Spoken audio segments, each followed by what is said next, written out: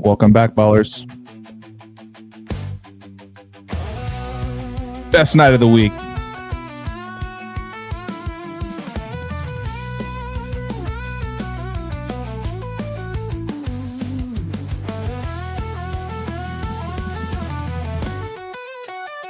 Let's get a thumbs up in the chat.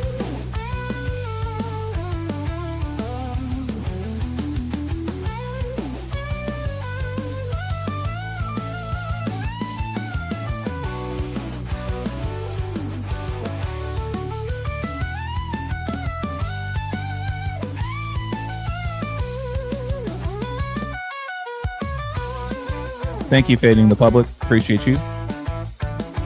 Thank you, Steven.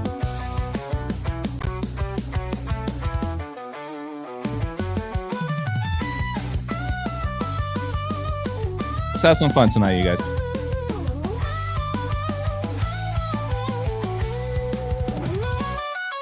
Mojave, how are you?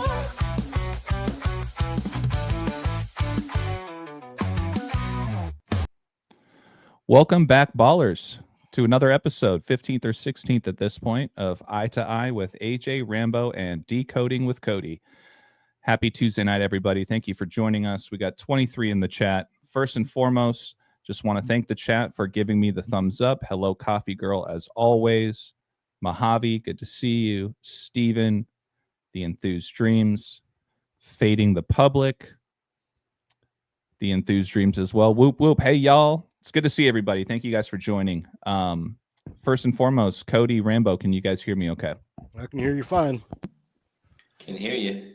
Awesome. Well, thank you guys again. As always, like I say every week, this is my favorite night of the week, so I'm always really excited to reconnect with you guys. Always so much in the news to share, but before we dive into it, let's get some introductions out of the way. Today, Cody, kick us off, my man. Please let the audience know where people can find you and support your work.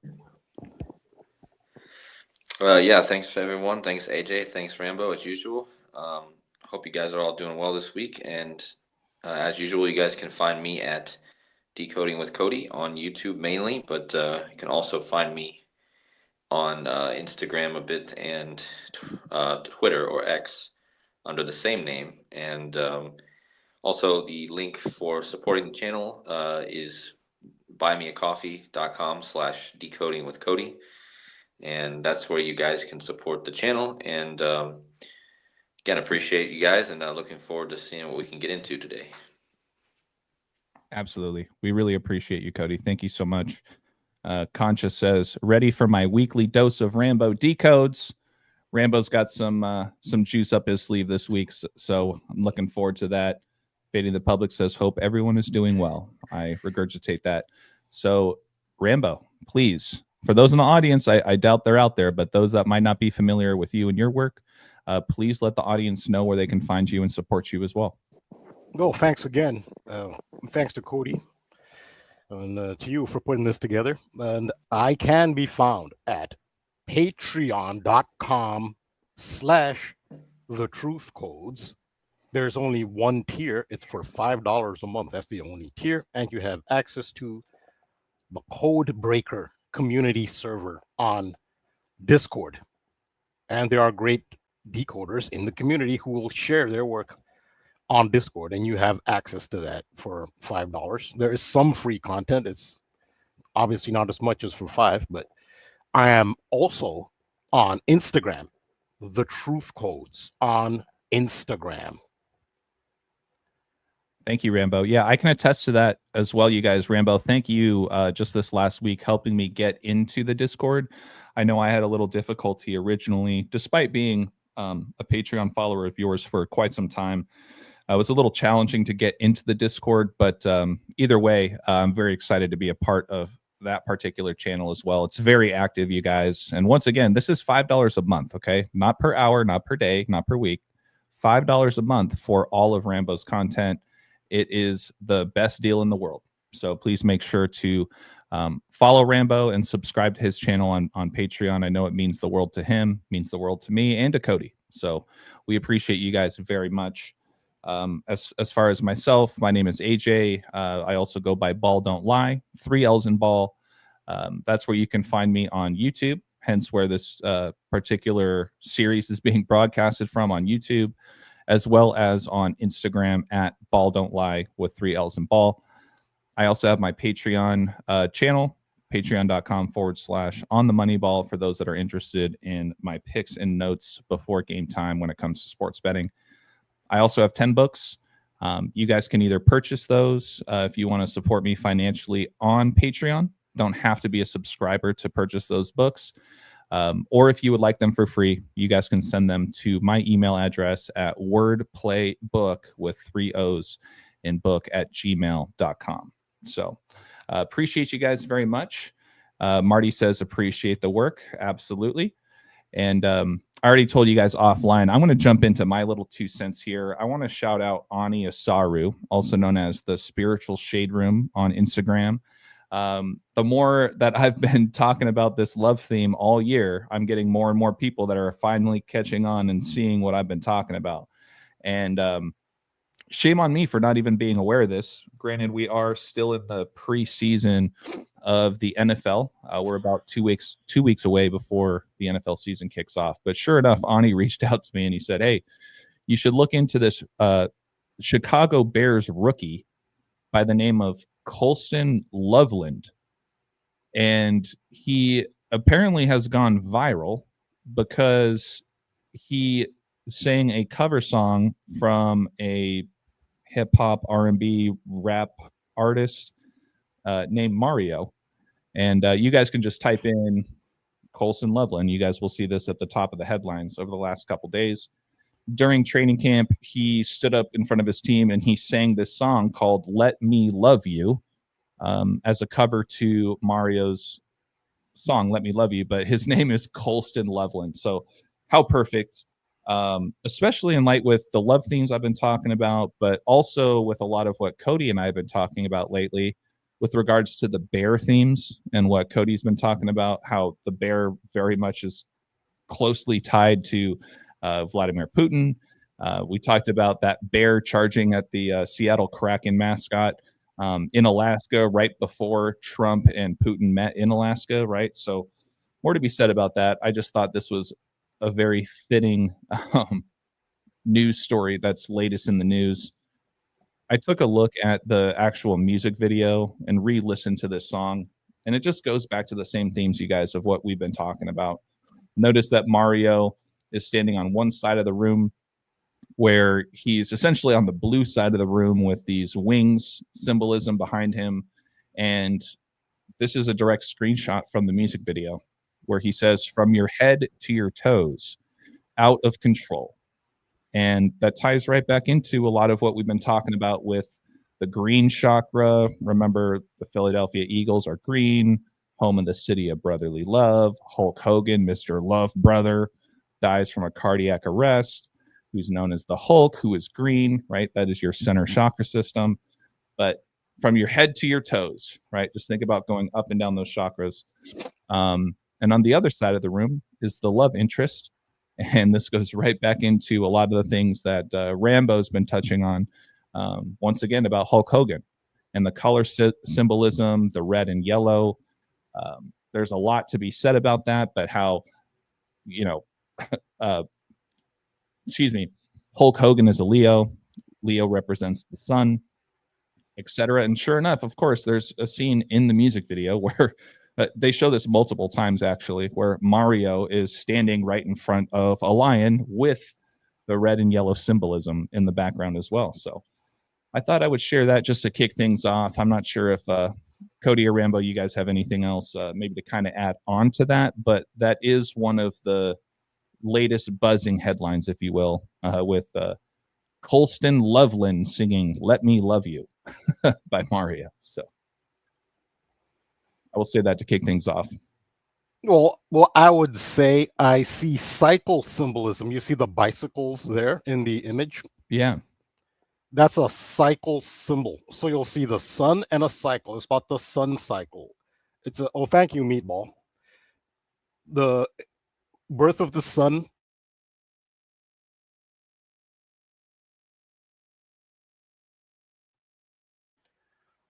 I got a little yeah, so sorry, Rambo. freeze there.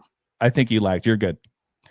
the birth of the sun in spring, the summer solstice, the sun at its highest point at the summer solstice, the death of the sun in the metaphorical death of the sun at the fall equinox, the autumn equinox, and the death of the sun at the winter solstice, and then the sun's rebirth again in spring, and then the cycle continues. And that's a metaphor for other things, which I'll be what is it? What's the ultimate cycle? It's the reincarnation cycle. So you'll see the sun symbolism, the sun. See, there's a bicycle in the background, and the cycles, and that's what this is.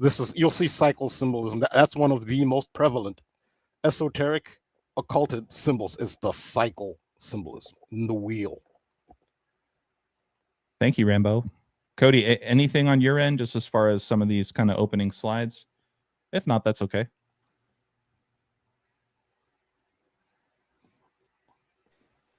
Yeah, so I just wanted to point out that this love theme is super interesting. I remember when I was watching like the draft back earlier this year, and I saw that guy, you know, that his name was Loveland, but I kind of forgot about him. But I think I had at that time I had already just started talking to you, and I remembered you were on a love theme, and I think I was even going to mention if you looked into this guy, but so I'm sorry I forgot to mention this a long time ago, but I do remember seeing this guy and seeing that theme a long time ago. But it's interesting now that he's doing this "Let Me Love You" stuff, because Yeah. I mean, how perfect. So I'm not making up these headlines. I mean, come on, you guys. This is what, a couple days old at this point. Like I said, it's only 2-3 days old as far as what's buzzing in the headlines, at least in the world of the NFL.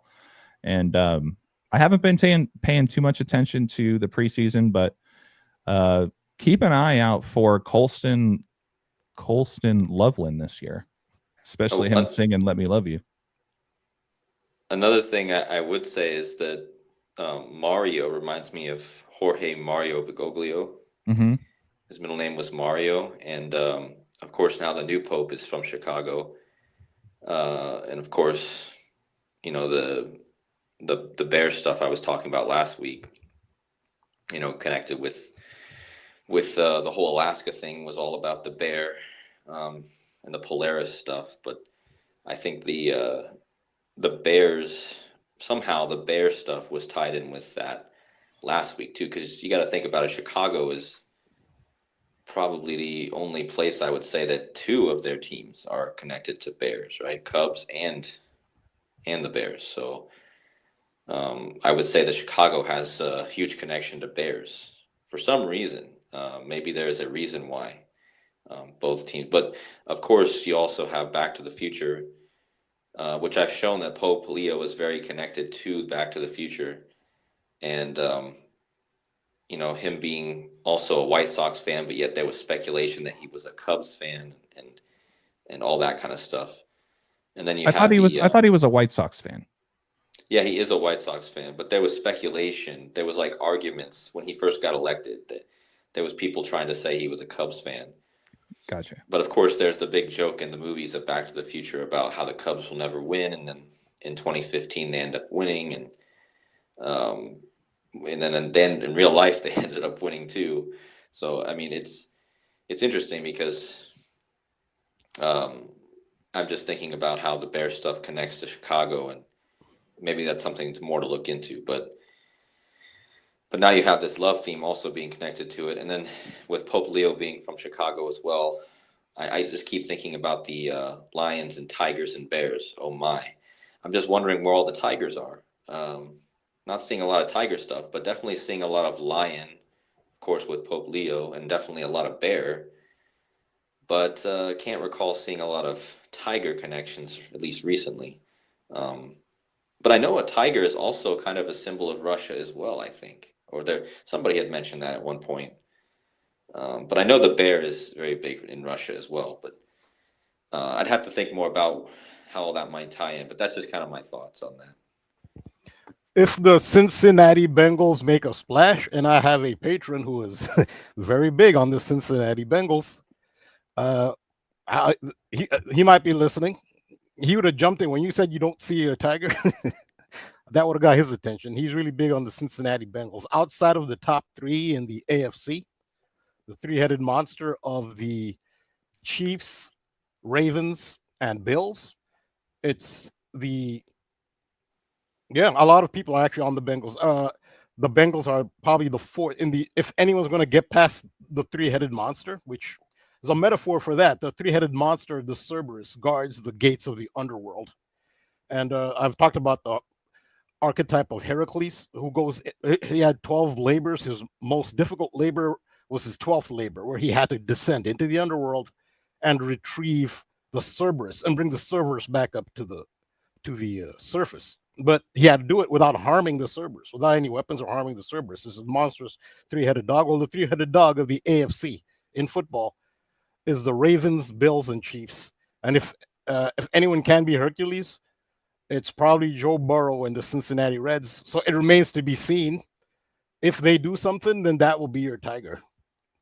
You know, without even having looked at the numbers, I know at the Super Bowl last year when Zach does his after the show live stream, he always does.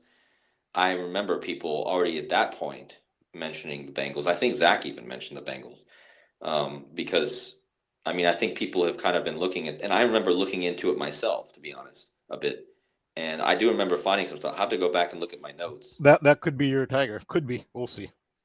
And you know, I noticed the way they do things sometimes is they'll have these teams that are expected to do well, especially these young quarterbacks. They'll have them have a few bad years, like, and make them seem irrelevant again. And then all of a sudden, you know, one year they'll come back and Joe Burrow seems like he's primed for that. You know, it seems like he's primed for this kind of. He's always been good, but his teams haven't been good the last few years. But I think he's primed for that kind of surprise. So I wouldn't be surprised if the Bengals make it. Yeah, I agree with that. I have a few other talking points. I mean, talking about Joe Burrow for a second, just think about that. There's been some news headlines lately about former President Joe Biden, right? And we know about leading up to, during, or after big games like the Super Bowl. I'm just going to throw it out there. Don't be surprised if we start seeing some headlines about Joe Biden leading up to the Super Bowl, as you see Joe Burrow, Mr. Chill Burrow, having a splash in the playoffs. So something to think about there. There's a lot to it. Like Rambo said, there are a lot of people in the community that are on the Bengals this year.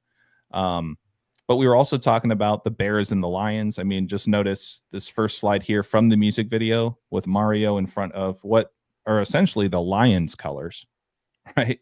The Detroit Lions colors, blue and white.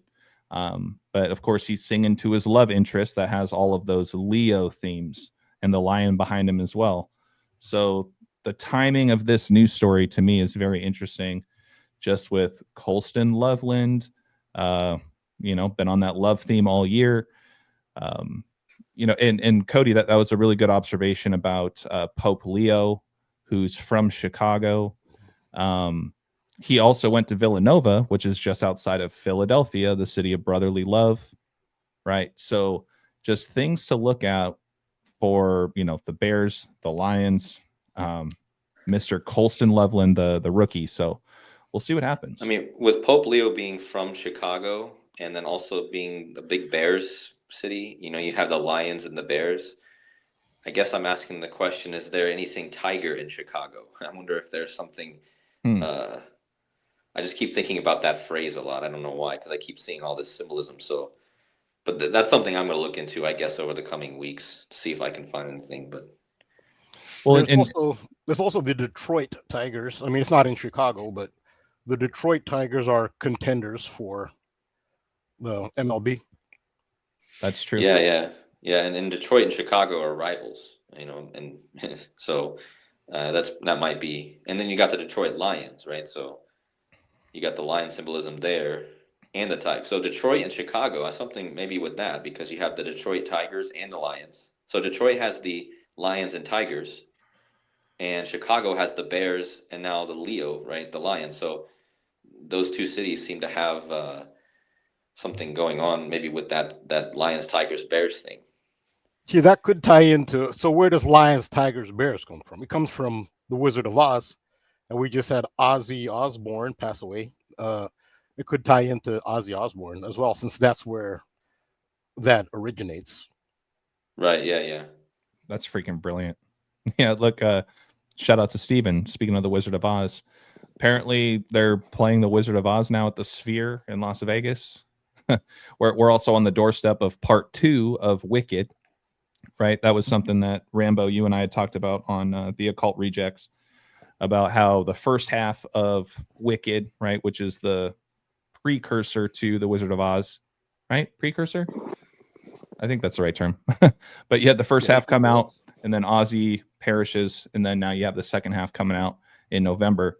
That's a great observation. And Cody, don't forget too, you and I had a whole at least 2 live streams talking about Pope Leo and how that's connected to love, because Leo is only one letter off from love, isn't it? The V, like you and I have talked about.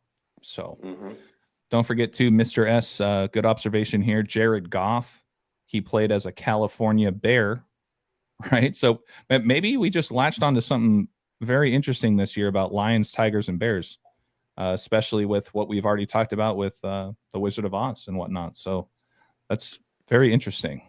DJ Food says Trutheracy wrote a book on Wizard of Oz. I'm not sure who Trutheracy is, but yeah, there could be something there for sure.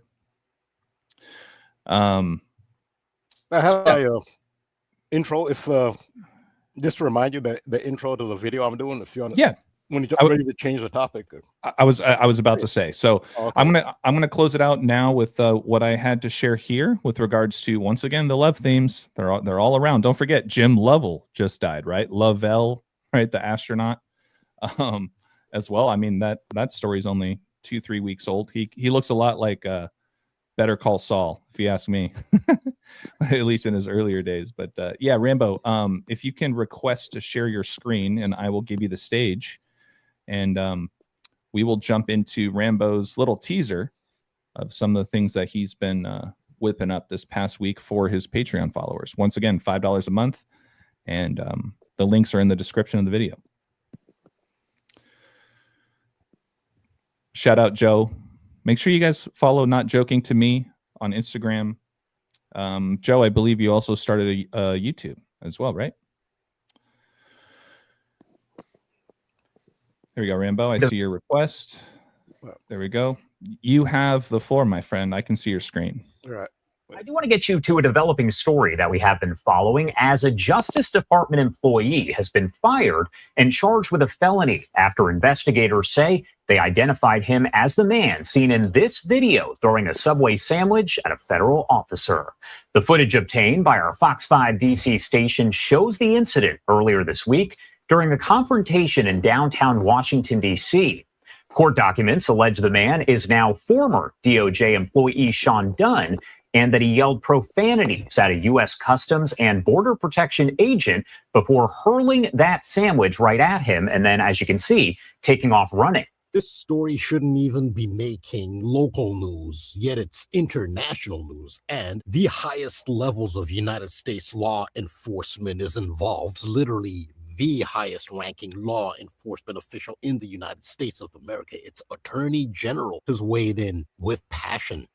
And so has the highest law enforcement official of the District of Columbia, Columba, the Dove, Janine Pirro. Isn't it interesting that both are women? Attorney General Pam Bondi saying he's been relieved of those duties, saying in part in a statement, quote, "This is an example of the deep state we have been up against for 7 months as we work to refocus DOJ. You will not work in this administration while disrespecting our government and law enforcement." And then he took a Subway sandwich about this big and took it and threw it at the officer. He thought it was funny. Well, he doesn't think it's funny today because we charged him with a felony, assault on a police officer, and we're going to back the police to the hilt.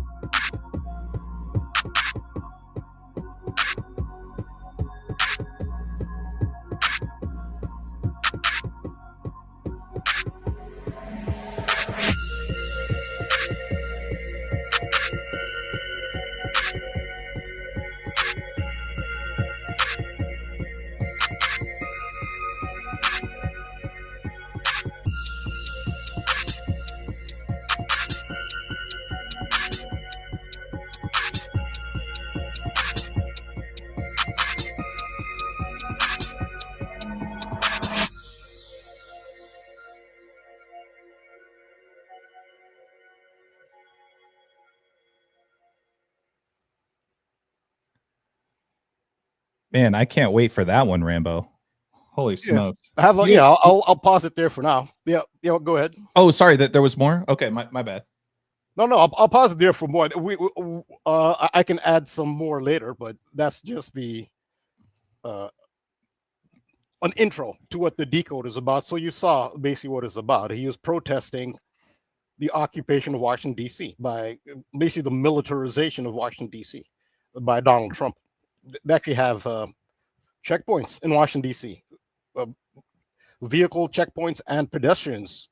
You have the National Guard, you have ICE stopping people. In the Soviet Union, they call them the commissars.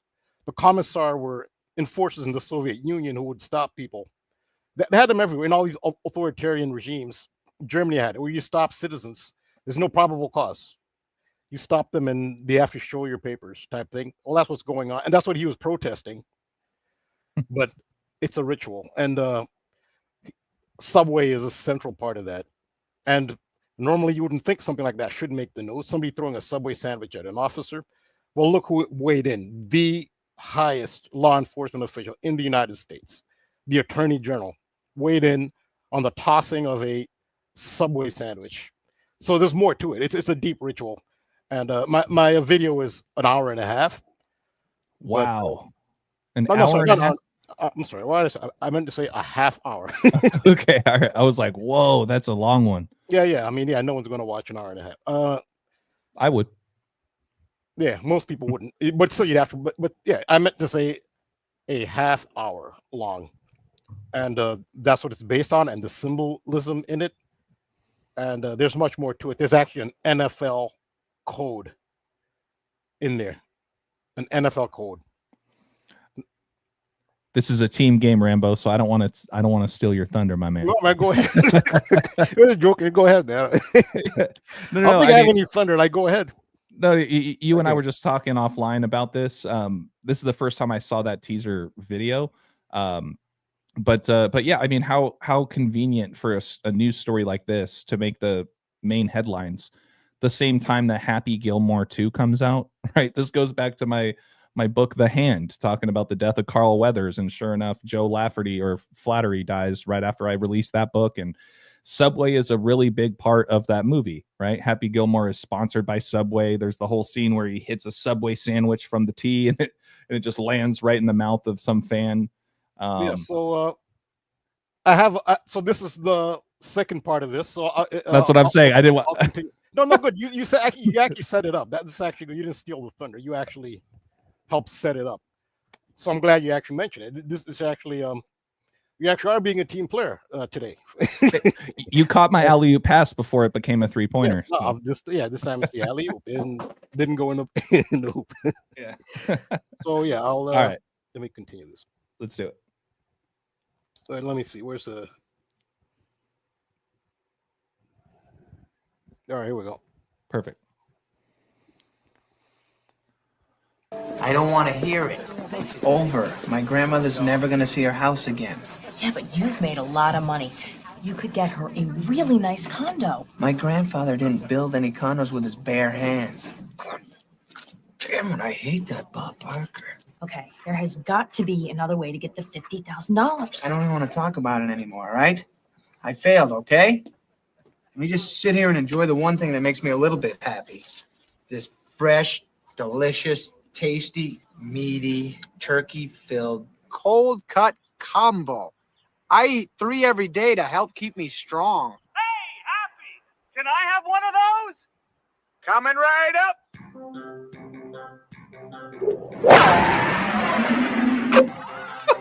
Talk about a hole-in-one. Subway sandwiches will drive away your hunger. What do you think, Grandma Gilmore? I love it. Yeah, so that's the. Also, I want to shout out patron. There's one of my patrons, Charlie, a great contributor. He told me about that. I didn't know about that scene from Happy Gilmore. So shout out to Charlie for telling me about that. But so there's another thing about so McDonald's has the Happy Meal. Well, look at what Subway is doing with the along that Happy Meal theme. Subway now has the Happy Gilmore meal at the moment. It's going on right now. I know we're doing a lot of advertising for Subway, but see, this is how they win. We can't help it. The reason they're doing this is to get the publicity. So here's Pam Bondi, the Attorney General, weighing in on basically a grown-up acting like a little kid, which is nothing. It's a huge advertising campaign, and we have to report it because it's news, and we can break it down. But unfortunately, I mean, I was watching this thing, and I felt like I kind of had a hankering for a Subway. I'll be honest. This stuff works. I'm not above this. We're kind of helping them out with this, but Subway is getting a big boost out of this. So we're talking about a military occupation, the destruction of the United States Constitution, and it's a big advertising campaign. So Subway does have the Happy Gilmore meal with some Happy Gilmore collectibles, and so there's one other commercial that goes along with this. It's a commercial that's out at the moment, and I'll show you that one. One great Canadian Club combo, extra jalapeno, shooter likes it hot. For just $1 more, you can make it a Happy Gilmore meal and get a collectible cup. The Happy Gilmore meal. What's in it anyway? Shame, agony, bunch of napkins. No, it's just your choice of sub, chips, drink, and a collectible cup. That's ridiculous. I put my time in. I should be on those cups. Hey, Shooter, you are in these cups. Those are Shooter's cups. Shooter.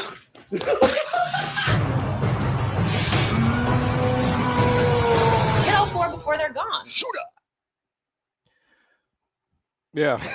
those commercials are funnier than the actual movie. Yeah, but there's a lot in them. Right. So look at how the commercial ended, right? They're chasing him. Doesn't that remind you of the scene of the Subway where he gets chased by the authorities? When he's yeah, exactly. And Shooter McGavin stole the green jacket, right? Subway, half of their colors are green, right? Goes back to the heart chakra. But yeah, that was from the original Happy Gilmore. Shooter steals the jacket and he runs away, right? I mean, I don't know if KODI wants to add anything or. Yeah, sorry, Codes, if we've been taken over. Oh no, that's fine. I'm just taking. I don't have any specific to add yet, really. No worries. But yeah, holy smokes, Green Bay Packers, same colors as Subway. Don't forget that Jordan Love is the quarterback for the Green Bay Packers. Sorry if I stole your alley-oop, Rambo. No, that's okay. See, now I've made you self-conscious. Now you're afraid. Now you're afraid to comment. All right, no. So this may seem a little bit of a stretch to say, okay, you're connecting the Green Bay Packers to this, but think about what are the Green Bay Packers fans known as, or just like cheeseheads. That's part of the package. But so it still may seem like a bit of a stretch to compare it to the Packers just because they have the green and yellow, but not that many teams. I can think of the Oakland Athletics, soon to be Las Vegas Athletics, who are green and yellow. There's not that many pro teams that wear this. And so the football connection here. Now, there's other stuff. You see the video. It's more than just. I leave the football part to last. The football connection here is, so this takes place in Washington, D.C. The football team in the NFL of Washington, D.C. is the Washington Commanders, who wear the red and yellow of Hulk Hogan, who just passed away. Same colors as Hulk Hogan. Of course, Hulk Hogan's birthday was August 11th. No, he's a Leo.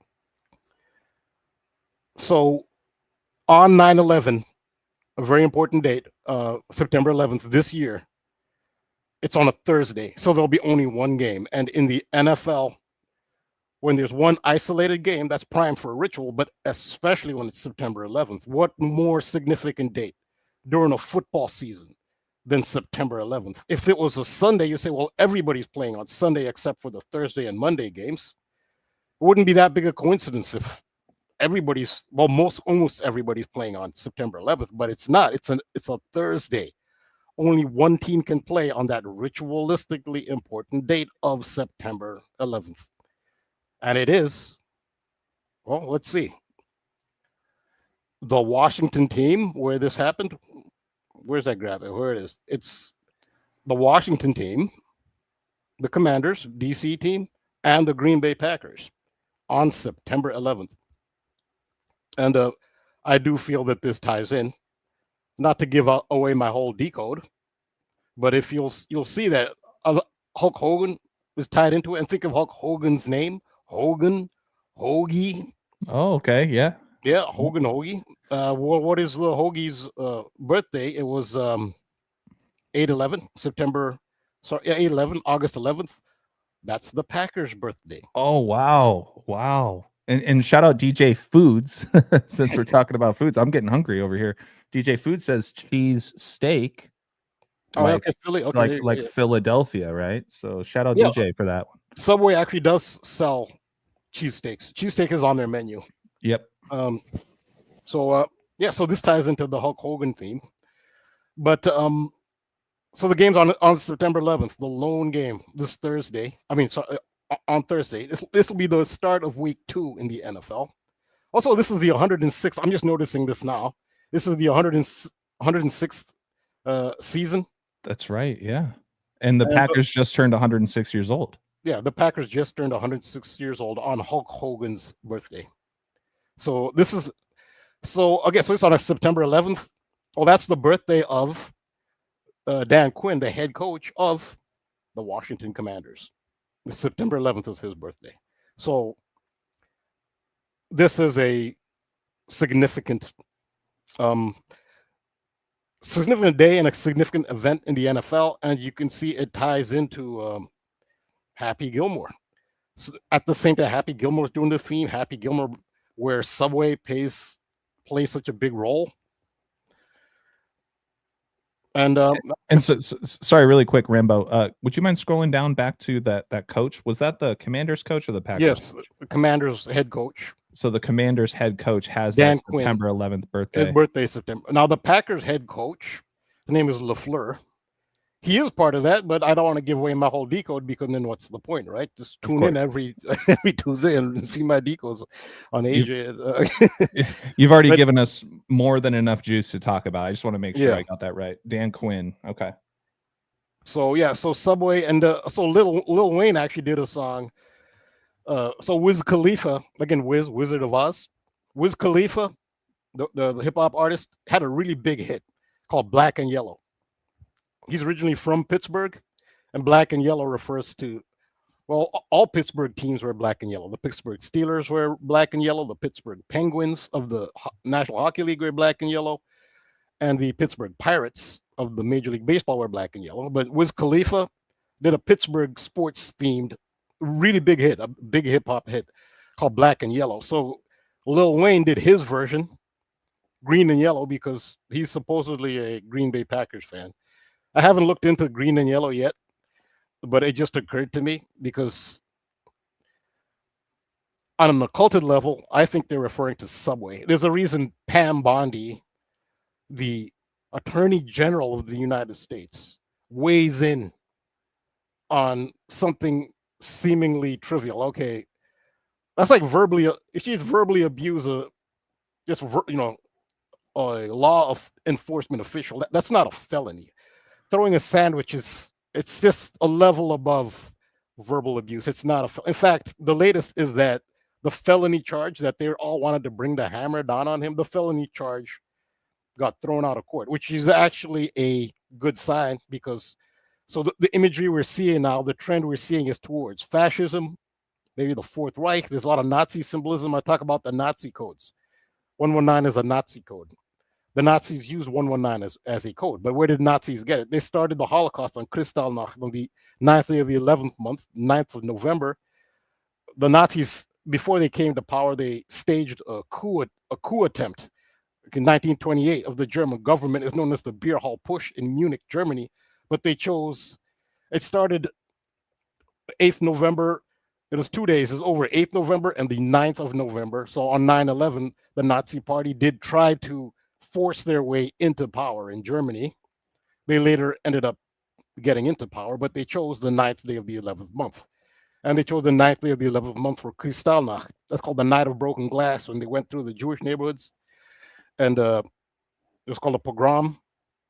And then the Berlin Wall fell on the 9th day of the 11th month. That's the Nazi calling card to say that we're still here. So it is a good development then that they actually did prosecute this case at the appropriate level. It is not a felony. Although the Attorney General saying it is a felony. This guy represents the deep state. Are you kidding me? The deep state is the term they use, which is popularized by MAGA and Trump and QAnon as the power behind the power, the real power behind the scenes. That's the deep state. Pam Bondi is taking that terminology for the power, the real power behind the power, and saying this guy throwing a sandwich, that's him. That's the deep state. How absurd is that? You know, I just thought of too, Sandwich, Sandler. Yeah, Adam the whole Sandler, thing, yes. Sandwich, Absolutely. Sandwich, Sandler. There's also the sand wedge in oh yeah, in golf. in golf. Yeah. In a sand trap, you use the wedge to get out of the sand trap. Yeah. And the sand represents time, doesn't it, Rambo? Yes, and a wedge is another name for a sandwich. It's a wedge. There you go. The long sandwich. So the most positive thing, it's not all gloom and doom. The most positive thing here is that they prosecuted him. The whole thing staged anyway. Let's be honest. They're all actors. It was all staged. Nonetheless, he was prosecuted at the appropriate level. A judge already acted pretty swiftly. Oh, this is another thing too. He was arrested twice. So you see the scene where he's arrested and handcuffed after throwing the sandwich. He was arrested and then released. He went home. 20 U.S. Marshals showed up at his house in Washington, D.C., at his apartment building, and rearrested him. He got arrested twice. U.S. Marshals showed up. So this is a step towards fashion. He was already arrested. He's going to be charged. They set a court date and whatever, hearing date, whatever. Why does he have to be rearrested by U.S. Marshals? 20 of them showed up at his apartment door. The good news is a judge threw out the felony assault charge, which, Janine Pirro, she's the U.S. attorney for the District of Columbia, and the highest law enforcement official, Pam Bondi, the Attorney General, wanted him prosecuted as a felon. A judge threw that felony charge out, and he was prosecuted as I guess more or less a misdemeanor. That's the good news. So there's not fascism yet. If there was full-blown Nazi fascism, he would have been at least facing a trial for felony. I don't know if the story's over, if they're going to try to still press the felony, but that's the good news so far. It's not all gloom and doom so far anyway. Democracy has prevailed, and it has been prosecuted at the appropriate level. But there's so much symbolism in it, and it does tie into that September 11th game in the NFL between the Green Bay Packers of the green and yellow and the Washington, D.C. team, the Commanders. And you can look into the details of that as far as how you think that will go. But there's more about the game and the broader symbolism in my half an hour decode. It's titled Hero. That's the title of my decode, Hero. I'm really excited for that one, Rambo. Thank you. I want to shout out Mr. S because you mentioned, Rambo, really quick. There were 20 marshals, right? 20 marshals that showed up. It might have been approximately 20 or exactly 20, but because sometimes I'll say that about 20 marshals showed up, or approximately. I don't know if that was the exact number, but it is around around 20 marshals. It might have been the exact number. They showed up to rearrest him. Yep. I say that because we know that time equals 20, right? Time also equals 25. Hence, shout out Rambo with all of your work about Back to the Future. We've been talking about the matchup with the Packers versus the Commanders on 9/11, but Mr. S brought up a very interesting observation as well, that the Packers are playing the Steelers, right? You were just talking about Pittsburgh. They're playing on October 26th, which is a big Back to the Future date. Right. So the Back to the Future themes continue, the love themes continue, so on and so forth. But yeah, just make note that the Packers are playing the Steelers on the 26th of October. So yeah, the Packers, who knew? They're in the middle of this. Yeah. And the Steelers are the black and yellow. Remember I talked about how Lil Wayne, let me go back to that graphic. Yeah, exactly. I think that's why Mr. S was throwing that in there. Oh yeah, Lil Wayne did I haven't really looked into this. Is actually, it just occurred to me right before the show. So I just put it in there. I still haven't really looked at the significance of whatever the lyrics are, or Lil Wayne himself. He's from New Orleans, so I guess that's how it is. The NFL people are from the other side of the country, and they're diehard football fans of a team from somewhere else. He's from New Orleans, but he says he's a Packer fan, diehard. But yeah, so black and yellow, green and yellow, right? So Lil Wayne is, I guess, part of this. Yeah, and shout out Steven, just pointing out that Aaron Rodgers was most known for his time playing for the Packers. Obviously, he went to the Jets, and we just talked about 9/11. He went down with that ridiculous injury on 9/11, right, with the Jets. So he, his time was very short-lived in New York, but now he's in Pittsburgh, and he'll be playing against his former team in the Packers on the 26th, going back to that Back to the Future date. Yeah, that's a great observation. That Aaron Rodgers ties this in. So this is actually one of the. Sometimes the decode, it's a half-hour decode. There's so much more I could have put in, and I was considering mentioning Aaron Rodgers, but I didn't because it was a half-hour decode. You know how it is with decodes; you don't put everything in there. You kind of have to do your own editing. I'll leave this out. The reason I was going to put Aaron Rodgers, I was considering Aaron Rodgers, is because it relates to the city of brotherly love, and indirectly that relates through this 9/11 number is very important. Because it didn't start on the reason they used it. But Meatball wants a Subway sandwich now. He wants a meatball sub. That's the thing. Like, you can't help it, but you actually are playing into their hands. They put this in the news to it's a great big Subway ad, and involving the U.S. government, the highest levels of U.S. government, and the U.S. media. This is where we are in this world. Are actually part of an ad campaign for a restaurant that's what's going on. So we can't help but talk about it. And inevitably, I'll be honest, I did have a hankering for a Subway sandwich while doing the decode. So I don't think Meatball's even joking. He actually might order I don't know, Uber Eats or DoorDash. Oh my God. And shout out to the Enthused Dreams. Meatball. Oh my God. What? Oh my God. The Enthused Dreams. The song I Would Do Anything for Love. Okay, Meatloaf. Okay.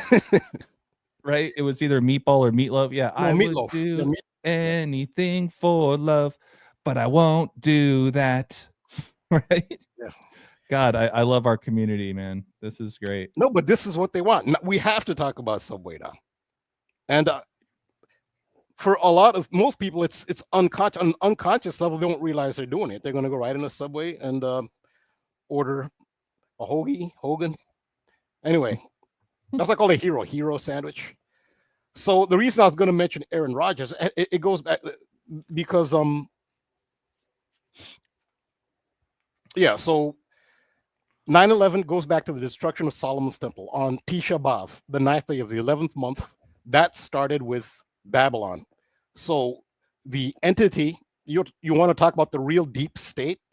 Pam Bondi said the guy in the pink shirt and tight pants throwing a Subway and running. They're like schoolboys. They're acting like schoolboys. This is silly. The fact that she's even talking about it. She's saying he's the deep state. The real deep state is Babylon.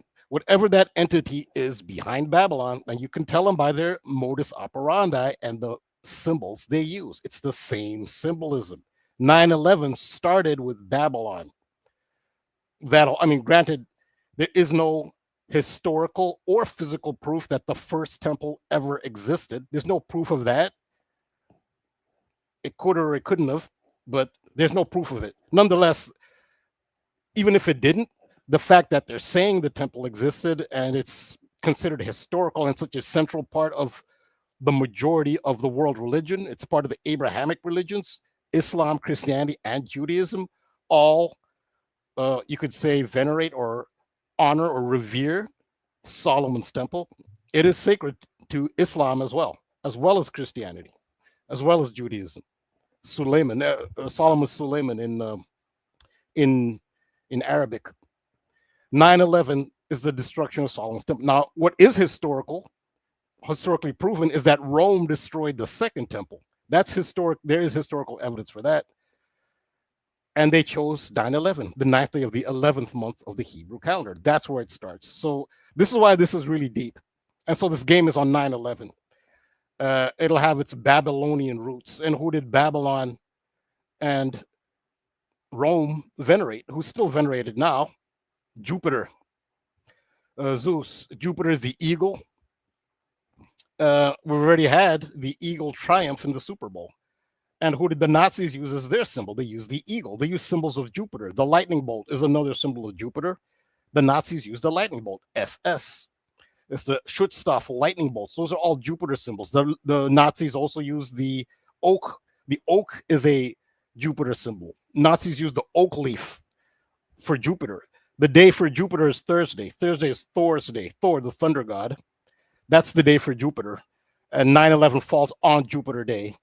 And the orbital period of the planet Jupiter is actually 11.9 years.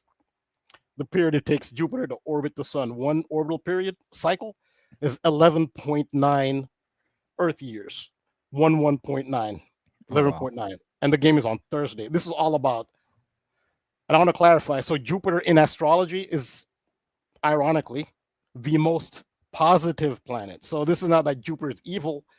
Some evil force, some dark force, which is behind Babylon, which is still in power now, they attached to Jupiter, but they attached to a side of Jupiter that they like. Jupiter rules the realm of expansion.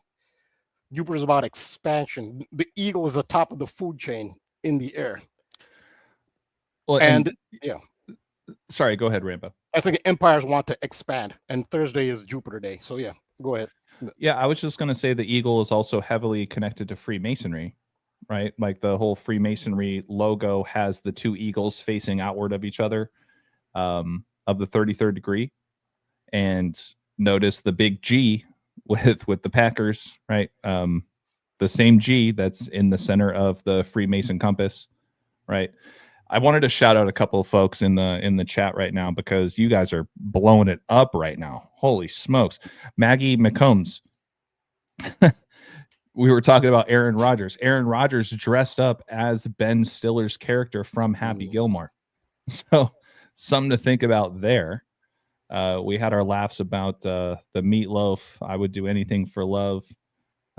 Casey Jones points out Hogan's Heroes. I'm not sure exactly. I've mentioned Hogan's Heroes in a previous decode. I did a decode on Sydney Sweeney. And there's a lot of Nazi coding there with her superior genes or my genes are great type. It's a Nazi code. Sydney Sweeney, SS. I did talk about Hogan's Heroes, and I shout out my patron, Casey, who's just a brilliant mind, who's contributed a lot. She put on Hogan's Heroes. That's HH. H is the 8th letter. HH is used as a code for Heil Hitler. That's why 88 is a Nazi code. Remember on the Occult Rejects, I talked about the Nazi connection to time travel? Yep. So Hogan's Heroes is HH. It's Heil Hitler. And another part with Subway, right? You did some really extensive work on some of the Subway news like a year or two ago. But shout out to Sally Witt, saying Witty. that Witty, underground subway in Hades, right? So like that whole subway connection underground, you've been talking a lot about the underworld. That's in the decode.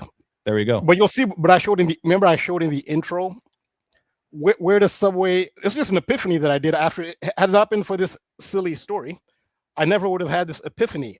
The logo for Subway has 2 arrows. If you look at the glyph for the zodiac sign of Scorpio, right, it looks like an M with a little devil tail type thing. Yeah. I can try and find that. Well, Scorpio is ruled by it's ruled by Pluto. Pluto is the ruling planet of Scorpio, and so Pluto is the god of the underworld.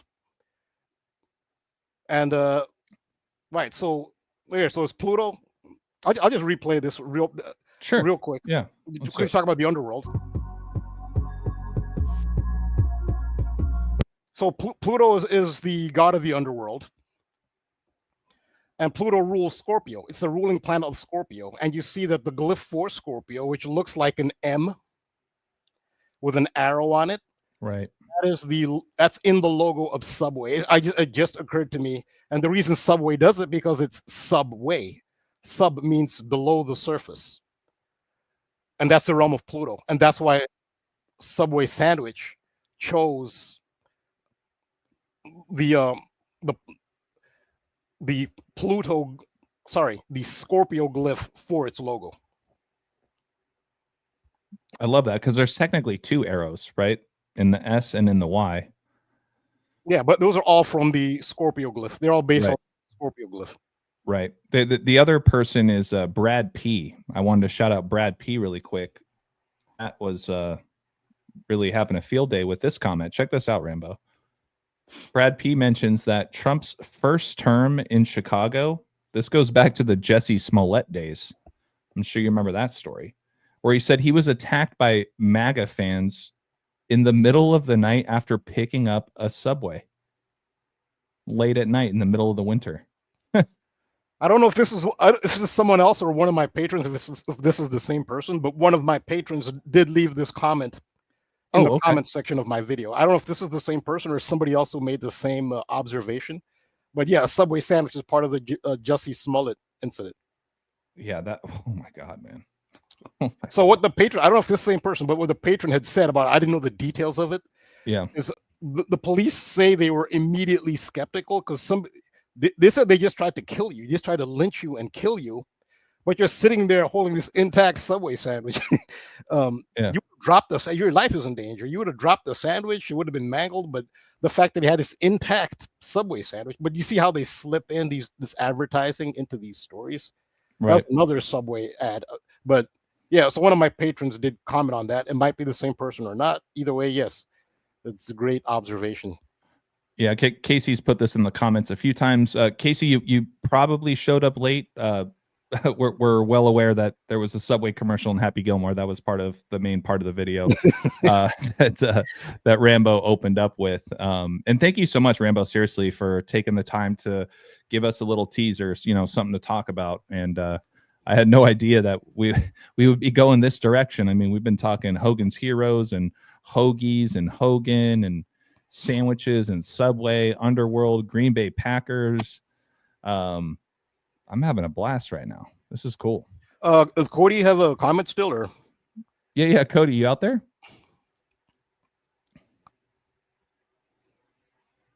He might have fallen asleep. It's okay. No, he's usually there. He just muted it. Yeah, Cody, you always forget to take yourself off of mute if you're talking. But yeah, sorry. There he is. I don't know why. Hey, what's I up, man? I always forget to do that. But no, I've just been watching and taking it in because I didn't have anything specific to say, but I'm sure something will come to me. But I just been kind of watching what you guys. Somebody said I went to bed. Yeah. But, yeah. Meatball thinks you went to bed. I'm still here listening, but I'm trying to think how it might tie into what I've been looking into this week, or what I've been looking into. But I was thinking actually the sub thing when I first saw it, the under the surface stuff, and I was thinking submarines. Also, I saw someone else mention that in the chat too. That was kind of a theme I touched on last month with the submarines and because Trump just do something with nuclear submarines? Probably right around the same time of this story, I would guess. Wasn't it just like a week or two ago? He dispatched 2 nuclear submarines to something with Russia. I can't remember the exact story now, but and I just remember earlier this year I talked a bit about subs because there was the movie Mission Impossible that came out this year. It was focused around a submarine and a key for AI. There's a whole thing with that, but I was thinking, a lot about submarines, but I didn't have anything specific, much more than that, other than the Trump thing and then the Mission Impossible thing. But it might have something to do with this Russia stuff too, with Trump and the submarines. Yeah, I do mention submarines in my decode. Okay. It's a half-hour decode. So the submarine is part of it. It is a big part of Yeah, sub means under. It's a prefix that means under. Well, yeah, and the other thing too, Rambo, that we haven't really touched on yet, at least in this particular stream, but you were talking about how Subway now has a Happy Gilmore kind of Happy Meal, yeah, if you will, right? And it ties right back into Ronald McDonald and Donald Trump and Hulk Hogan, all the same colors, red and yellow. Just makes me think of the Happy Meal, which is another thing that I had in my book called The Hand, talking about just Happy Meal and cheeseburgers and McDonald's. Don't forget that the original Happy Gilmore came out on, I believe it was February 16th, that 216 date, right? Which ties right back into the number 666. But anyways, I don't want to get too off topic. So no, that's on topic. So you mentioned the G of the Green Bay Packers logo. Okay, I'll go Right. back to that. The G, you said how that's similar to the Freemason logo, yeah. G. So this actually does tie into Solomon's Temple. The architectural signature of Solomon's Temple is the twin pillars. That's what 9/11 is about. This game's on 9/11, the anniversary of the bringing down of the twin pillars. And the twin pillars were originally brought down by Babylon. Babylon is still in power. Rome was the new Babylon. The Nazi Party, the Third Reich. I put this in my decos. I show the definition of the Third Reich. If you just look up the definition of the Third Reich, the First Reich was the German Empire, the Germanic Empire. The Second Reich was the Holy Roman Empire, and they're the Third Reich. So they are directly identifying with Rome. That's why they have even the Nazi salute, which Elon Musk did at Trump's inauguration. He did a full-on Roman Nazi salute. So this isn't really a stretch. It's just letting you know. And who knows what their objective is? It's some kind of consciousness manipulation they're doing. That's what I was saying. The best news that comes out of this, which is the most positive, this is all gloom and doom, is the fact that he was not prosecuted at the level that they say they wanted to. So it's not yet Nazi Germany, no, because they actually did, despite the fact the Attorney General said, I want, and the DC attorney said, throw the book at him, prosecute him like it's a felony. Well, it did not. It was a misdemeanor. And a judge has thrown it out. I don't know if there's going to be anything further. So that's the good part of it. Nonetheless, the G and the twin Freemasons also revere the twin pillars, which that's Solomon's Temple. The twin pillars of Solomon's Temple are referred to as the pillars of Boaz, which is the female pillar, and Jachin. That they're marked by B and J. As you can see in the tarot, the high priestess sitting between the twin pillars, a very powerful tarot card. That one is. This is the power of archetypes. Even if you don't think you understand that on an unconscious level, you understand it 100%. What that image is on an unconscious level, every human understands 100% of that image of the high priestess sitting between twin pillars, and that's Boaz and Jachin. That's J and B. And I say that because you had mentioned in the beginning Joe Biden and Joe Burrow. They have look at those initials, JB. Those are the twin pillars. And the city of Cincinnati has twin pillars. It has the twin pillar buildings of the Procter and Gamble buildings. The Procter and Gamble headquarters are in Cincinnati, Ohio. Cincinnati, also known as the city of 7 hills. Even though we expanded to 8 hills now, but it was the city of 7 hills, as is Rome, as is Jerusalem, which is why you had the Damar Hamlin ritual in Cincinnati. That was that's right. It was Solomon's temples in Jerusalem, Cincinnati, Jerusalem. It's a Mhm. city.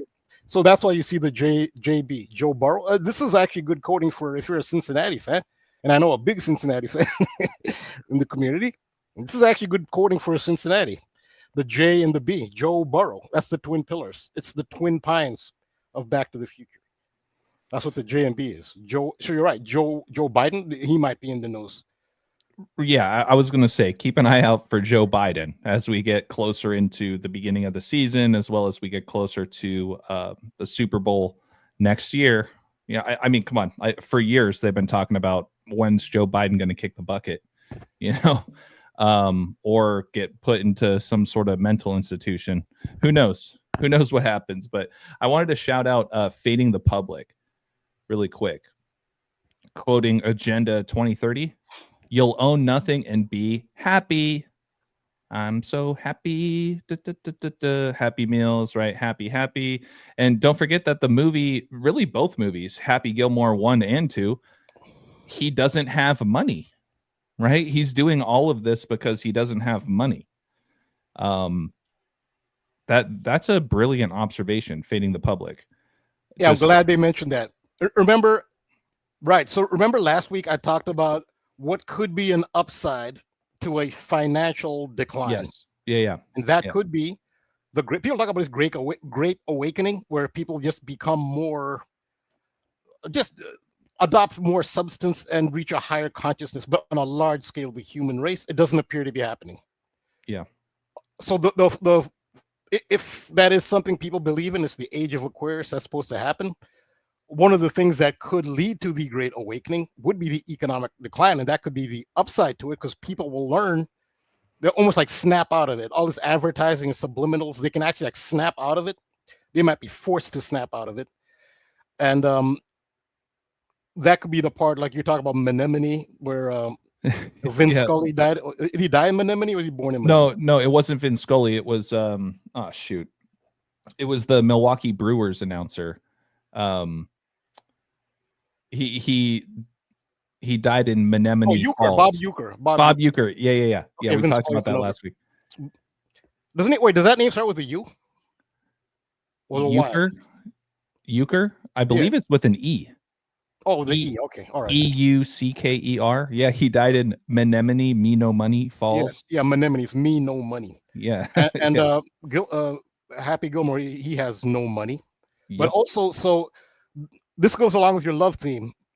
So on Back to the Future, it starts very famously. What's that song that Back to the Future starts with? Oh man, The Power of Love. The Power of Jesus Christ. Yeah, right. Yeah. That's so famous. Also, the way it kicks in, they time it perfectly. It's such a great start where they do the opening credits and he's late for school. Then the moment he's late, bang, the song kicks in. But the key is the power of love. That's so. Despite all the negative stuff, there's always these positives you got to notice. And the power of love. It's cliche-ish, and it may seem kind of sappy and cliche, but it is not. That is like the central. If there is, well, there is a positive hidden under all the negatives. It is, and they kind of send you that message. I don't know if they're doing it consciously. While they keep doing rituals to destroy all the sacred feminine, which is a metaphor for love. It's in the Matrix. The Matrix actually tells you that, how Trinity, the female, brings Neo back to life with the power of love. On the surface, it's a love story, and she just kisses him. He was dead. He came back to life with the power of love. So that is the most powerful force in existence, and that is what you have to protect. So with all the realistic gloom and doom that's coming, appears to be coming down the pike. Sometimes it doesn't. Nonetheless, that's the one thing, if you are to thrive or even have like a great awakening, it's that. It's tapping into the greatest, strongest force in existence. There's no vibration stronger than it. There's no force more strong. There just simply isn't. And that's the power of love. And that's that song is in the beginning of and that's maybe I'm not sure what this love theme that they're doing, because not everything they do is on the surface. Sometimes they do things ironically or cynically, because I know they like to destroy that, but maybe that is coded into this love theme. So the power of love. So one of the lines in the Power of Love, which opens Back to the Future, is "Don't need money." Oh, really? In that song? I'd have to look at the "Don't need money, don't need fame." It said, "Don't need a credit card to ride this train." Now you got those train connections too. Yeah, the train. He's saying, but the key there is don't need money. There's way more depth to a lot of this thing. A guy throwing a sandwich, a cheesy pop song. There's always so much more depth to these things. So the power of love, There's depth to that song. There is depth. Basically, he's talking about what is the matrix. The matrix is the material world, which the material plane which we're in our physical bodies that we identify with, and forget that we're actually eternal spirits, and whether we can handle it or not. When we are separated from this realm and we're in our pure spirit form, the spirit form is pure, unconditional love, and you forget that this is the realm of ego. But this is not where we came. So the eternal part, when our bodies die, we will continue to exist. We existed before our bodies exist. That part is eternal, and it is the essence of pure love. That's actually which is essentially what a God is. A God is pure, 100% pure, unadulterated, unconditional love. As sappy as that may sound, well, I mean, it kind of is. That is the most powerful force in the universe. I couldn't agree more. I mean, this is, to me, the year of love. That I can't escape it. It's probably always been there. I'm just now seeing it, right? And it makes me think of Happy Gilmore, Happy Meals, McDonald's. I'm loving it, right? There's a reason why that's part of the phrase. I wanted to shout out Farming from Scratch. Shout out to our boy Farming from Scratch, who called into the show 2 or 3 weeks ago now. Make note of this too, Rambo. He mentions that the film The French Connection has a scene where a guy is shot right at the start with a baguette. So he's holding a sandwich, essentially. Long story short, the film is loaded. So that movie, The French Connection, I've actually never seen it, but I got to add that to my list. I just want to thank you, Rambo, for getting me to watch Donnie Darko, because, oh my God, man, I couldn't get my eyes off the screen after I started watching it. What is that? Oh, sorry. Go ahead. Yeah, go ahead, Codes. I was just going to say, what is that movie, The French Connection, about? I've never even seen that, but it just reminds me of the French stuff going on at the end of the month, the WWE and their show. That's really been my main focus this whole month, is that Clash in Paris. But you know, the subway, or the Diana crash, the Princess Diana crash anniversary. Yeah. I'm wondering, subway, a train crash, or I don't know, maybe there's something there. There's a lot of crash symbolism, because CNN also put out a article. See, King Charles, he was celebrating VJ Day on the 15th, the same time that Putin and Trump were meeting, of course. And King Charles was, celebrating his VJ Day, but he was also in this Scotland. He was in Scotland at the same time. He was going to spend his vacation in Balmoral Castle, which of course is where Queen Elizabeth died. And or at that same time, you had back in 2022, when I covered that story, the death of Queen Elizabeth, WWE had did a show just 5 days prior, and I thought it might be predictive programming for her dying, because they had the guy on the front with the Scottish guy on the front with the Wales connection, and then that ended up happening 5 days after that show. And of course, now we're coming up on another Clash show. But yeah, so at the end of the month, you got Princess Diana with the crash, and then CNN ran an article on John F. Kennedy Jr. called American Prince. Of course, he died in a plane crash. So I wonder if we're coming up on another plane crash ritual. It's actually probably we've gone the most time now this whole year without hearing a plane crash story, I think. It's a great point. So I'm wondering if we're coming up on another crash story. And I'm looking at that blood moon also on the September 7th, because interestingly enough, that's all about the time. It could be all about time as well, or at least the number 25, because 97 is the 25th prime. It's got 25 date numerology. It's the 250th day of the year in the year 25. And the word plane crash equals 97. Boston was founded on September 7th too. Oh, okay. Huh. Just something to think about. I'm thinking of like the Boston bombing, for example. Yeah, well, that's also the first day of the NFL season, or the first Sunday of the NFL season. Yeah, first Sunday. Yeah, the first game's on the 4th, but yeah, good point. That's where all the full Sunday will be packed with games on Boston's founding date. If I can add one other thing here, I just want to shout out Farming from Scratch again. He was talking about the French Connection. He also said, thinking also of V for Vendetta. The film ends with the system destroyed with V on the subway / underground train. So another movie to think about with all the sub underneath connections we've been talking about. But go ahead, Cody. Sorry. No, and I was thinking also about the sub being the subconscious. And of course, this is all subconscious programming stuff into the subconscious. So, I mean, I think that's a big part of it too. The sub underneath, you always see that picture for the subconscious being like an iceberg, with the frozen, part being underwater, the thing that you don't see, right? Makes me think of the Titanic a bit, which also crashed into an iceberg.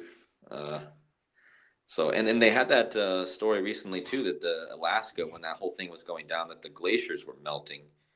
And there's been this symbolism too of this ice and water stuff, because, well, of course you have all the ice stuff going on this year. I mean, when I say ice, I mean the deportation ice.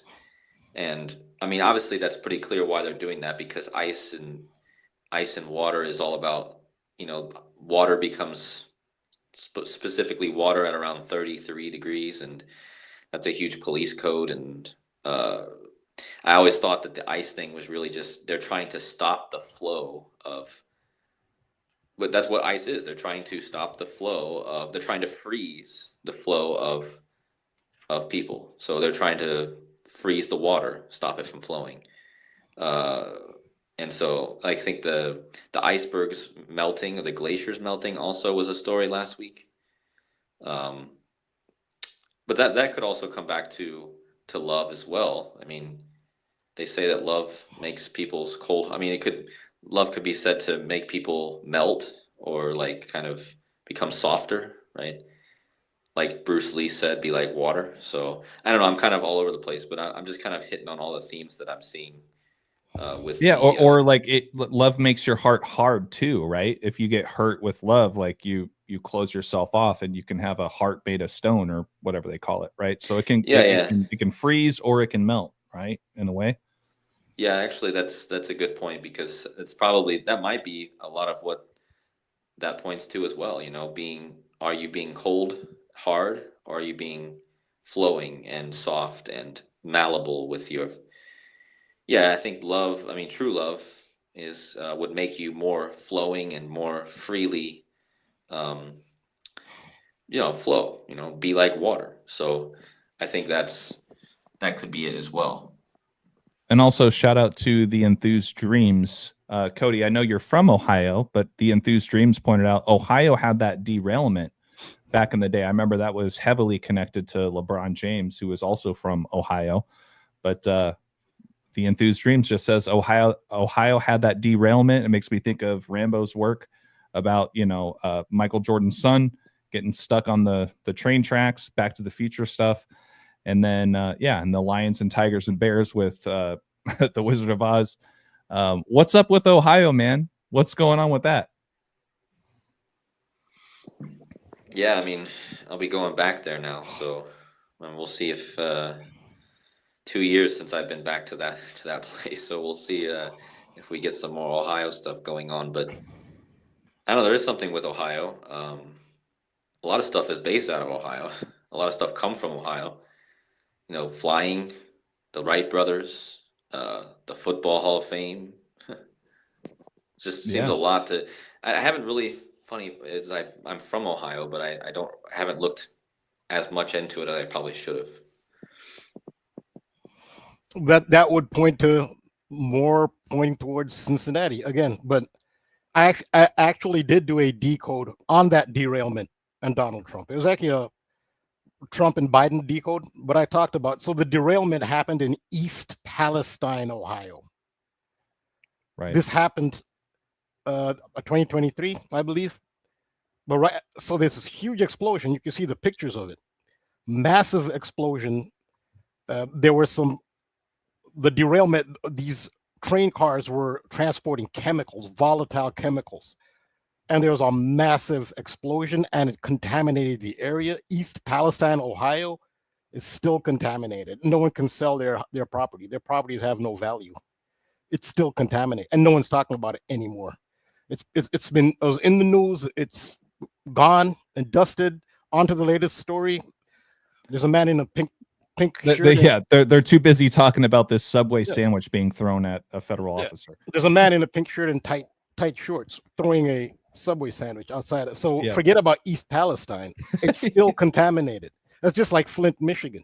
Exactly. No, it's still contaminated. And so I did do a decode on East Palestine. So that was actually predictive programming for what's going on now in Israel. So that was in 2023. It wasn't until October the 7th when you had that Hamas attack on the music festival, that was scheduled right up against the border with Gaza. Yeah, what a perfect place to place a gather. It's an international festival that was. The East Palestine explosion was actually predictive programming for what would happen in Gaza now, the complete genocide, the almost complete eradication of Gaza, because Palestine now is divided into Palestinian Authority. It's on the east, and on the east is Gaza. No, sorry, no. On the east is the West Bank. Gaza would be on the west side. So East Palestine actually would refer to the West Bank.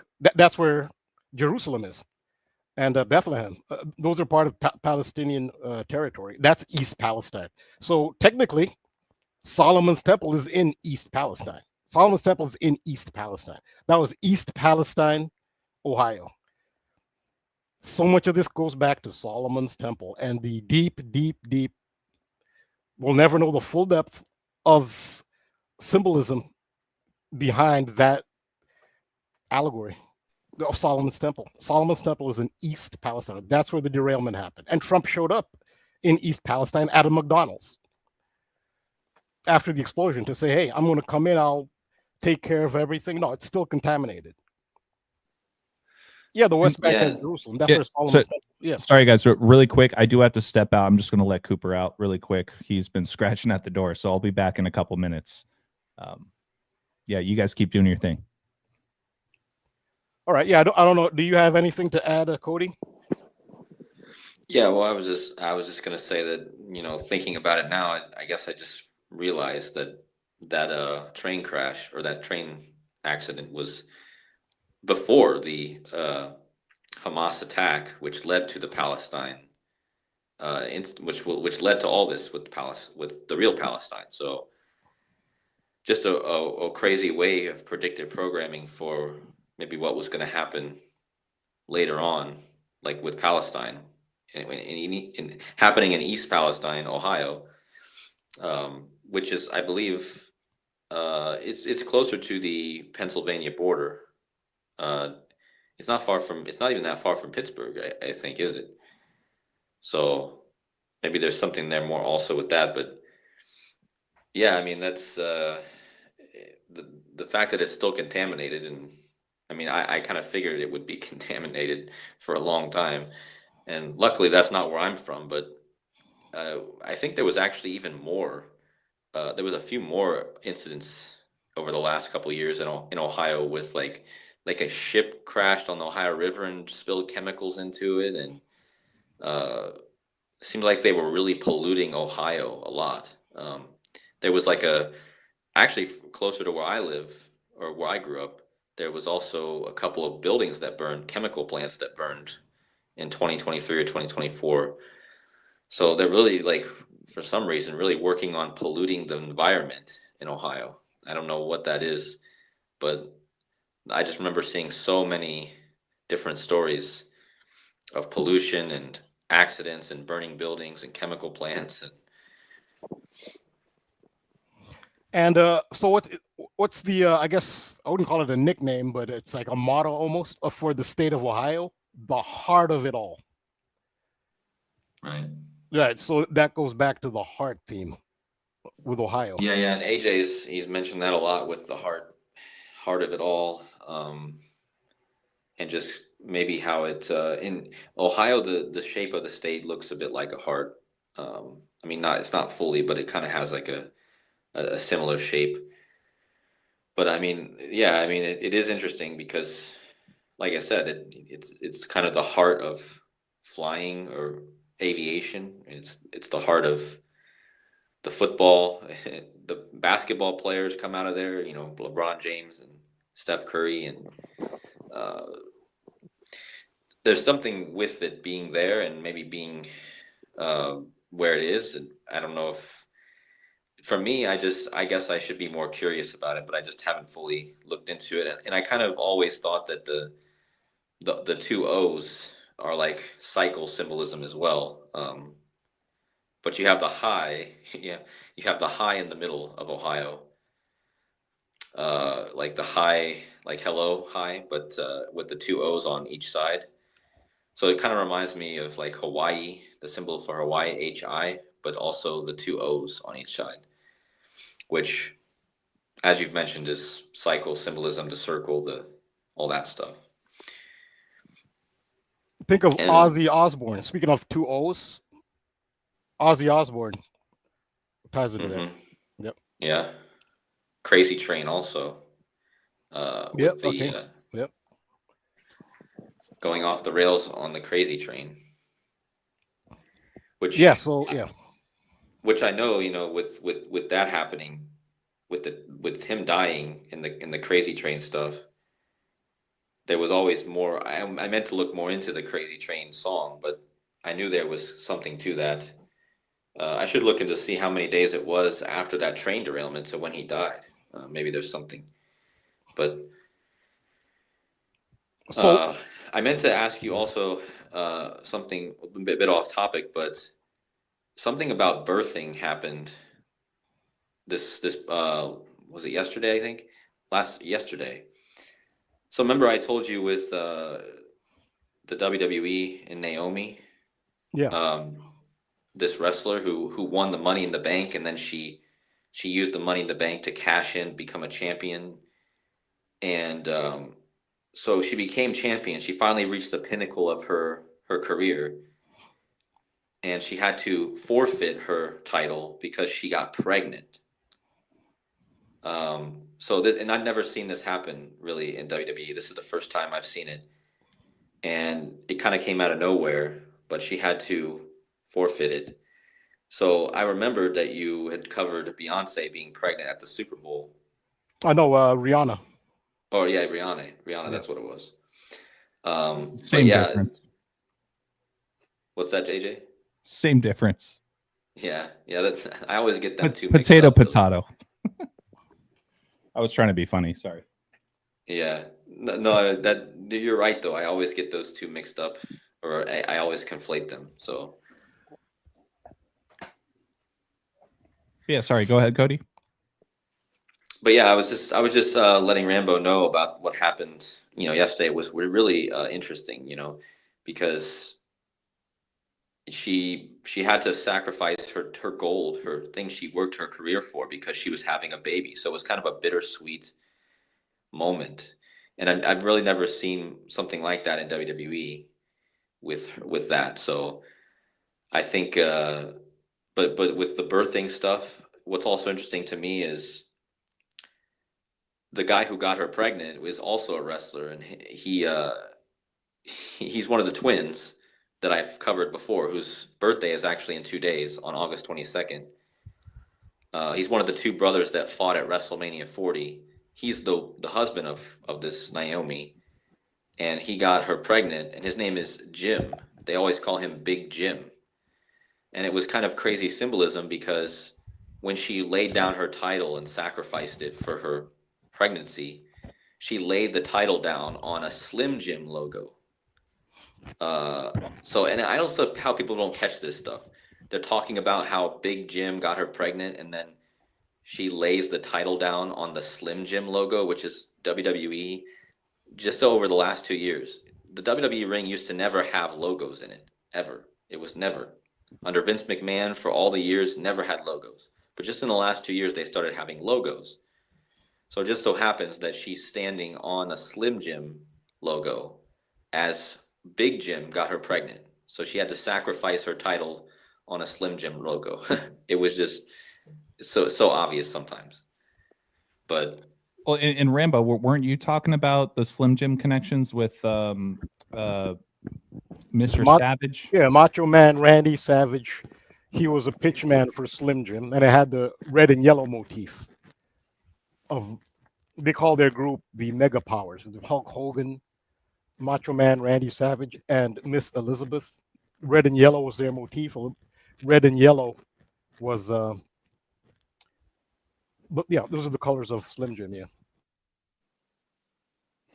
Shout out to Adam the Illusion, always doing great work. But he pointed out the following comment. I'm just going to leave it to the readers.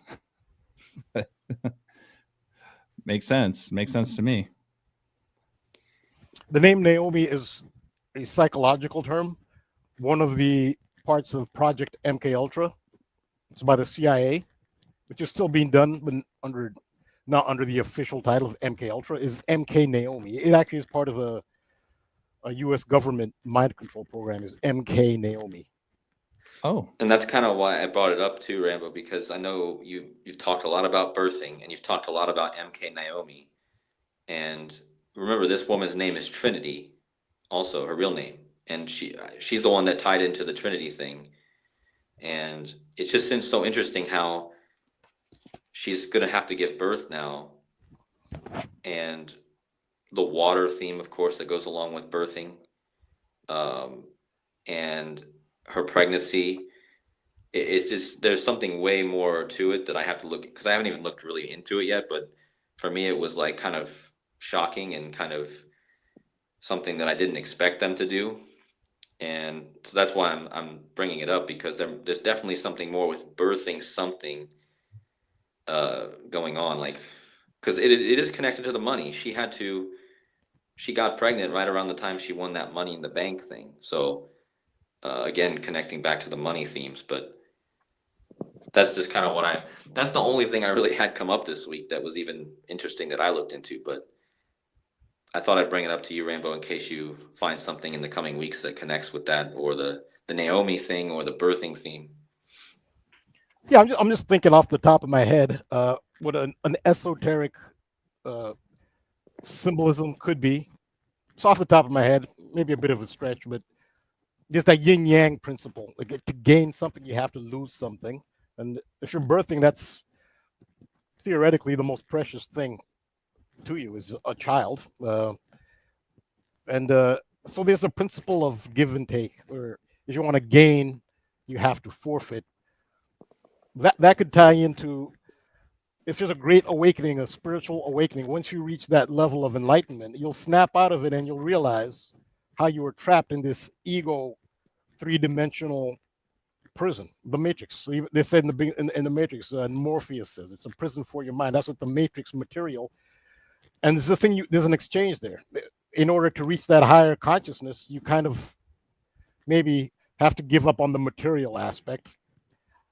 Just off the top of my head, we're thinking how that might be a metaphor. The give and take, yin yang, you gain, but you have to give something up type thing. Something of substance, you have to give up the more material thing. The title is more material. What really has the substance? It's your own child that should have more substance than a title and fame and money. I don't know. Maybe that could be an allegory. And once again, shout out to Adam the Illusion. Make sure you guys go give him a follow and subscribe. But he says, hey, Cody, Leon Bridges has a song named Naomi. Like Leon Bridges, like the lion connections we've been talking about. We've been talking about the Bridges connections for a long time now as well. So how perfect. Thank you, Adam, for adding that to the list. So pontiff, the name for a term for a pope, pontiff means bridge builder. That's right. So that's Leo right, yeah. Bridges, Pontiff. The bridge is a Pontiff. And think of how Diana, she died. It's a tunnel that goes under the entrance to the Pont de l'Alma. So underground. Yeah, so Pont de l'Alma, it means the bridge of the soul. That's where she died in Paris. So Pont is P-O-N-T. You can see how P-O-N-T means bridge. Pontiff, Pope.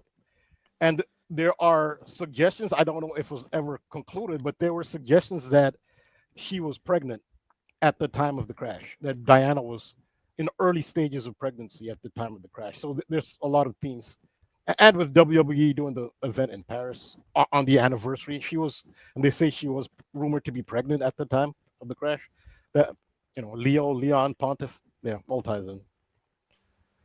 You know what's crazy too?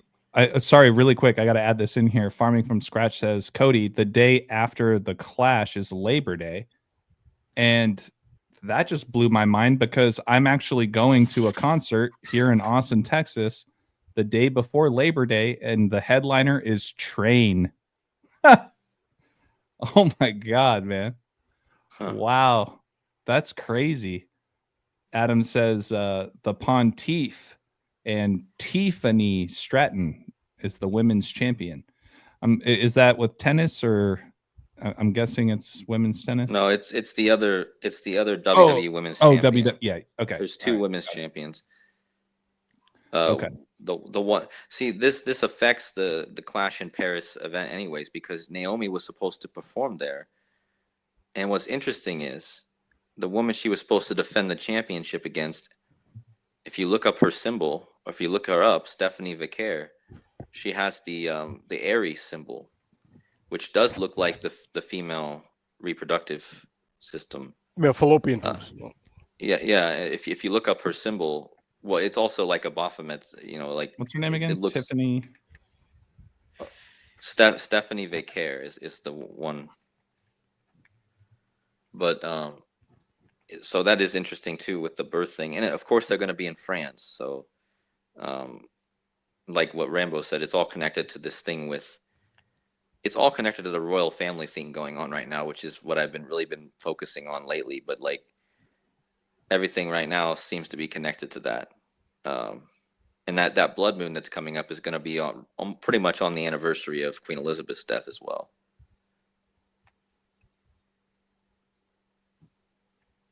Stephanie Vaquer, Vaquer. But yeah, that's with everything going on, and also going back to the bridges, the guy who's got her pregnant, the other wrestler, he's born in San Francisco. Connecting back to the Golden Gate Bridge and all that, which I already connected that to them, but it's interesting that. Yeah, I don't know if you can see a picture. If you look at her screen graphic that she comes out, that's behind her. Oh, is it this one right here? It's too small. If you pull up the one where she's walking out, the entrance one, you'll see what I mean. It's the Aries symbol, but it looks like that one right there, in the middle, with where she's holding the championship. This one? No, right there. The one with the red background in the middle? Yeah, right there. This one? Yeah. Yep. You can't really see it, but yeah. No, I can see that. Yep. Yeah, and so she's the one who was supposed to be facing Naomi. She looks like a pleasant woman. You can look up fallopian tubes and Aries glyph and see the comparison. So Aries is when the sun is reborn in spring. Aries is the ultimate birth symbol. Aries is the number one. Yeah, there you go. Those are fallopian tubes, and that's the Aries glyph. Aries is the first zodiac sign. It's number one. It births the entire cycle. That's the birth of the sun in Aries. Aries is the ultimate birth sign. Aries and ovaries. Think about that. Okay, yeah. Ovaries, Aries. Yeah, okay, yeah. I don't think that's a stretch. No. It also looks like the bull. Look at that. I'm sure there's a lot with that too. Going back to Chicago, where we started this stream. Jeez Louise. So yeah, these glyphs, I'll say like the Scorpio glyph is part of this. That's why Subway chose that in their logo. So yeah, these are the archetypes that rule the matrix. Yep. Yeah, the illusion Adam says Baphomet for sure. Yeah. And this is human very. anatomy though. This is human anatomy. Yeah, but just think about that. You know, since we're talking about that wordplay, Aries and ovaries. Yeah. You know, that would be one hell of a coincidence if you ask me. But you know, being the host here, I do want to be cognizant of time. We're already about 11, going on 12 minutes over that hour and a half time frame. So would like to try to wrap this up with we've already covered a lot of ground, but I know it's late for all of us, especially Cody. It's probably even early morning hours of the 20th now. So was there anything else you guys wanted to touch on as we kind of start landing the ship here? Me personally, I think that's all I have. I mean, like I said, I didn't have much this week at all, but I think I hit on my main points, and I think we got a lot to think about, at least with the sub stuff. And hello to Cooper there. Yeah. Cooper says hi, you guys. He loves to hang out with Papa late at night. I think, yeah, so the next time we have a decode on Sirius, maybe Cooper, I'm sure he would appreciate. I apologize to Cooper that we didn't have any Sirius. There kind of is. Okay, I'll for Cooper, because you have Cooper on, real quick, I can connect this to Sirius, the dog star. We know that Sirius is the dog star. All right, Cooper, pay attention. Pay attention. Yeah, Sirius, listening, so he'll appreciate this. Animals can pick up on vibrations. So Sirius is the dog star, you know. Sirius is right next to the constellation of Lepus. Lepus is the hare, the rabbit. That's why Michael Jordan was paired with Bugs Bunny. So what they say is that Sirius is in eternal pursuit of the hare, the rabbit, which is the constellation of Lepus. So that's that chase. So you'll see and I talked about the theme when I opened when I did my presentation on my decodes, I showed the ad was for Subway sandwich, the Happy Gilmore ad, how it ends with him being chased. And I showed how the guy who threw the sandwich, he throws the sandwich at the officers, and then they chase him. So the whole chase theme ties into Sirius the Dog Star, which ties into Washington D.C. because July 4th is based on the Sirius Sun conjunction. That's no coincidence. Cooper's paying attention; he's not distracted. And that's the chase. It's the chase of Sirius chasing the rabbit, and we saw the chase was in the DC incident and in the Happy Gilmore ad. That chase.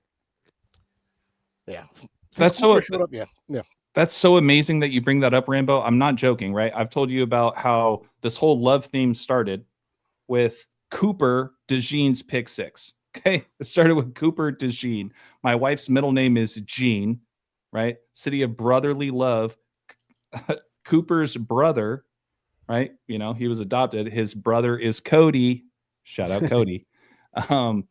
You know, and then we have Cody Pools right next to Cooper Commercial right up here in Georgetown, Texas, where I live. Amazing. But you bring up the chase thing. That's amazing because I've also told you how this little guy won't eat anything. I mean, we'll make him a whole plate of food every day. Okay, we take good care of him. But he's the pickiest eater ever, and he only eats duck hearts. We've been talking about the duck and the heart things all day long, but you bring up the chase thing, that is all Cooper loves to do. He wants to be chased or he wants to chase you. That's his whole thing. Like the whole fetch thing, he'll go chase it, but then once he goes and gets his toy, he expects you to go chase him to get it back. You know what I mean? So There you go. Just another theme with Cooper. You know what? Maybe this is the mastermind behind it all. And yeah, I mean, yeah, the guy being chased by the cops, and it's all like it looked like a big game. And I'm pretty sure he just farted. Oh, okay. Well, oh dear. Thank you, Cooper, for that. He says thank you to all the viewers. Adam says Chase Bank. Oh yeah, think about that. You know, you rob Also a bank, you get chased. Think of Chase, one of the best wide receivers in the NFL of the Cincinnati Bengals. There you go. Chase. The name Javar Chase. Is that his name? That's his first name. Yeah, no, you're right. JM2 mentioned Jamar Chase. Oh, right Jamar. there. Okay, there you go. Yeah, Jamar Chase. So yeah, no, that's amazing. I think that's a great closeout. So I'm going to start with the wrap ups here. I'm just going to thank Rambo. Thank you so much. Every week, like I always say, you guys, this is my favorite night of the week. Always. Can't wait for it. It's a good way to start the early end of the work week. So thank you, Rambo, and thank you, Cody, and the sacrifices that you make to be a part of our little three-headed monster, if you will. I have such a blast with you, Cody, and thank you guys so much. Thank you to everybody in the chat. Maggie, Betty, Mojave, Tammy. Oh my God. Adam the Illusion, Coffee Girl, JM2, D. You guys are the best. Seriously. There were a lot of things that we touched on today, which had a lot to do with what the chat was providing. So I thought that was very fruitful. And so I really appreciate it. Cody, I'll pass the ball to you for any closing comments. If you can just remind people where to find and support you on the way out. Yeah, thanks again to both you for hosting and for all that you do, and also to Rambo for being here and sharing his stuff. And great work this week from Rambo, and bringing up this Subway stuff, which we can think more about and expand on more maybe next week. But yeah, if you guys want to support, you guys can once again my YouTube channel, Decoding with Cody, and then I have that Buy Me a Coffee /Decoding with Cody, and look forward to continuing more every week. And thanks to everyone in the chat as well for the great contributions. Appreciate you, Codes. Thank you. Rambo, take us home, my friend. Yeah, thank you both. Thank you, Cody, for the kind words, and AJ as well for the kind words and promoting my work. The sincere compliments. I appreciate that. And yeah, check out the decode. It's titled Hero.